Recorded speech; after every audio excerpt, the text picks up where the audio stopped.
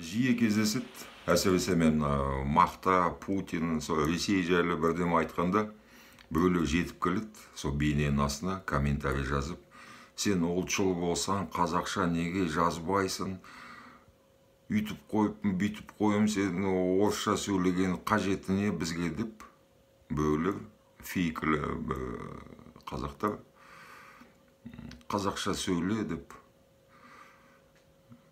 әдейі істейді олар енді. Өйткені мына мақта тақырыбы, Путин, Ресей тақырыбы оларға батады денелеріне. Өздері мақта басып болғасын. Сол менің аузымды қалай жабарымды білмей, сондай бір әдіс тәсілге келеді. Өздерінше мен намысыма тиіскісі кеп қазақша сөйле деп.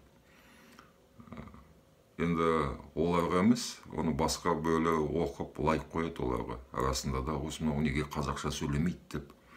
Оларға айтарым бар. Біз мына үгіт насихатымызды тек қазақтың арасында жүргізбеуіміз керек.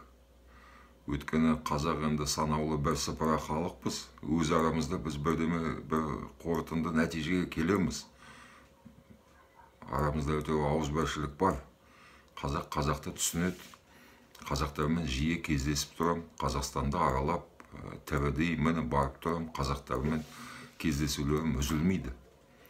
Бірақ ана басқа ұлттың өкілдеріне, тек қана Қазақстанда ғана тұрмайтын, шет елдерінде басқа мені мысалы көретін аудиториям арасында YouTube беріп отырған мәліметтің ішінде көрінеді.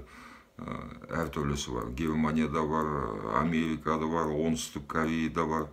Ресейдің өзінде қаншама, менімен байланыста қаншама башқұрт, татар, якут, олар бар. Кәдімгі жазысып сөйтіп тұрамыз, WhatsApp арқылы, электронды жәшік арқылы, әртүрлі ноғайлар бар, құмықтар бар, және басқалары. Мен олармен орысша сөйлеуім керек. Біз оларға да өз үгіт насихатымызды жүргізуіміз керек. Оларға да.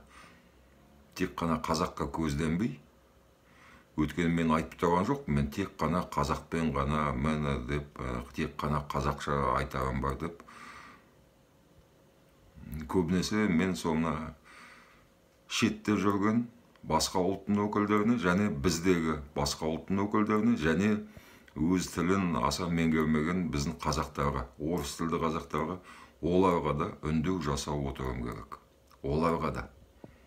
Өйткені мына адасқан малды біз қайттан үйге әкеліп, үйірге қосу, солардың тілінде жүргізуіміз керек, үгіт насихатымызды. Бізге үгіт насихат керек. Ол бізге кәдімгі кәсіп ретінде керек. Ермек ретінде емес, еріккеннен. Соны бауырлар дұрыс түсініңдер. Мен осы мақта бастау туралы бірдеме дегенде орысша, енді оларға әрине орысша сөйлеу керек. Сол кезде бір жетіп келіп, сен неге ана тілінде сөйлемейсің, ме дейтіндерге оларға қарамаңдар. Тілімді білем мен, қазақша сөйлей алам.